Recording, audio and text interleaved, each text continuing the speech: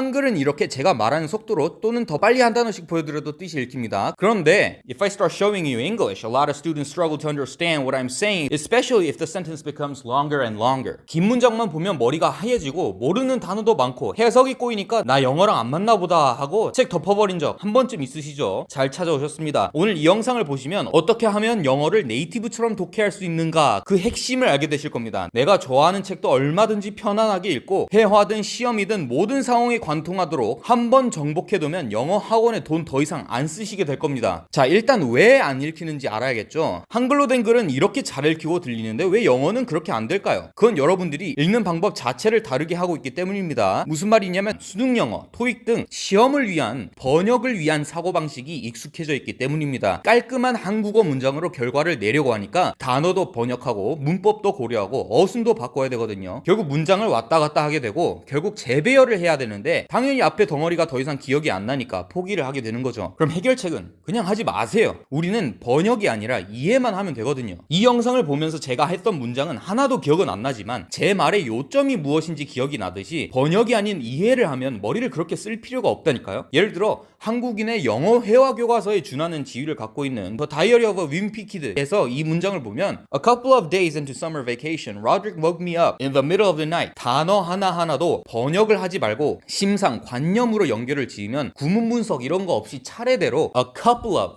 days into summer vacation, Roderick woke me up in the middle of the night. 이렇게 이해가 된다는 거예요. 자, 이제 해석 덩어리 단위 크기를 한번 늘려볼게요. He told me I slept through the whole summer, but luckily I woke up just in time for the first day of school. He told me, 그가 내게 말했대. I slept through, 내가 잤대 내내. 뭘 내내? The whole summer. 아, 여름 전체 내내. But that luckily, 그런데 운도 좋게 I woke up. 내가 깬 거래. Just in time. 딱 시간 맞춰서 뭐에 맞췄는데? For the first day of school. 딱 개학 첫날에 맞춰서 깬 거래. 이게 자 이제 능숙해지면 속도가 엄청 빨라지겠죠. You might think I was pretty dumb for falling for that one, but Roderick was dressed up in his school clothes and he set my alarm clock ahead to make it look like it was the morning. 아니 너가 그렇게 생각할 수도 있어요. 너 좀 바보냐? 그딴 거에 속게? 근데 로드릭이 다 입고 있었다니까? 지 등교 복장을. 거기다 내 알람 시계 시간도 조작해놔서 진짜 그래 보이게 했다니까? 아침처럼. 자 이렇게 단어마다 이미지나 관념으로 떠올리면 문법이 아니라 의미와 느낌으로 이해가 됩니다. 제가 읽으면서 문법을 거론했나요? 어순을 바꿨나요? 자 문장을 읽으면서 아직 정보가 아직 덜 나와서 뭐 내내 한 건데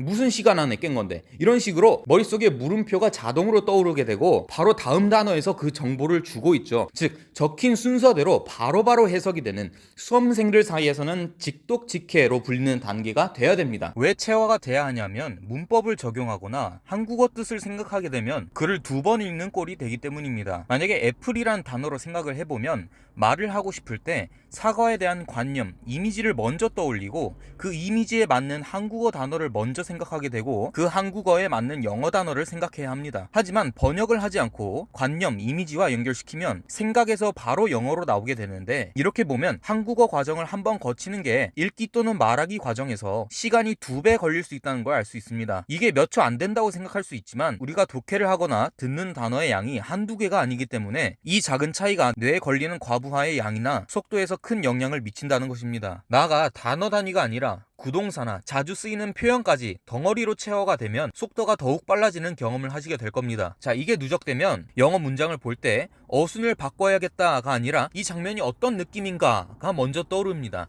즉 문장을 읽는 게 아니라 거의 보는 단계로 가는 거예요. 자, 이게 바로 진짜 영어식 사고방식입니다. 문장을 해석하려 하지 않아도 내가 이미 패턴을 통째로 인식하기 때문입니다. 결국 우리가 목표로 하는 건 단순히 문장을 해석하는 능력이 아니라 영어를 영어로 느끼는 감각 그 자체입니다. 그 감각이 생기는 순간 영어는 더 이상 공부가 아니라 언어가 됩니다. 자, 이렇게 하려면 당연히 단어를 제대로 암기해야 되는 것은 자명합니다. 또한 단어 하나하나가 번역된 한국어가 아니라 이미지, 느낌, 관념으로 바로 연결이 되었어야 합니다. 그래서 제 단어 영상들에서 이상하게 단어를 외운 이유입니다. 단어랑 이미지나 개념이 직접적으로 연결되어야 읽을 때 0.01초 만에 떠오르겠죠? 근데 그게 누적되면 단어 단위가 아니라 보셨듯이 구절 단위로 이해가 튀어나오기 시작하니까 이때부터는 독해 속도가 폭발적으로 빨라지고 회화뿐만 아니라 더 이상 원서나 시험들까지 두렵지 않게 됩니다. 자, 여기까지 들으셨다면 그럼 이걸 어떻게 연습해야 하지 하는 생각이 들 겁니다. The Diary of a Wimpy Kid은 여러분도 한 번씩은 실패한 경험이 있을 정도로 조금은 어려운 감이 있습니다. 자, 그래서 제가 시간을 아껴드리겠습니다. 이걸 위해서 제가 영어 독해 챌린지를 하나 직접 만들었습니다. 정확하게 보여드렸던 이 책으로 진행을 할 겁니다. 자, 이건 단순히 단어 암기 챌린지, 독해 챌린지가 아닙니다. 단어와 심상을 직접 연결해서 문장 전체를 한글처럼 읽히게 만드는 훈련 시스템이에요. 문법 분석, 번역식 해석은 전혀 없습니다. 단어 하나하나를 이미지로 받아들이고 그게 구절로, 문장으로 확장되도록 책만 읽고 끝내는 게 아니라 여러분들이 실제로 사용할 수 있게 만드는 학습지까지 설계해놨습니다. 자, 이제 여러분이 할 일은 간단해요. 고정 댓글에 있는 링크를 클릭해서 챌린지 신청하시면 돼요. 마감이 되었어도 매월 20일부터 다음 달 챌린지 인원을 모집하니까 그때 기회 놓치지 마시고 구독 눌러두시고 알림 켜두세요. 챌린지 위에도 가치 있는 영상 계속 올라올 겁니다. 다음에도 또 좋은 영상으로 찾아뵙겠습니다.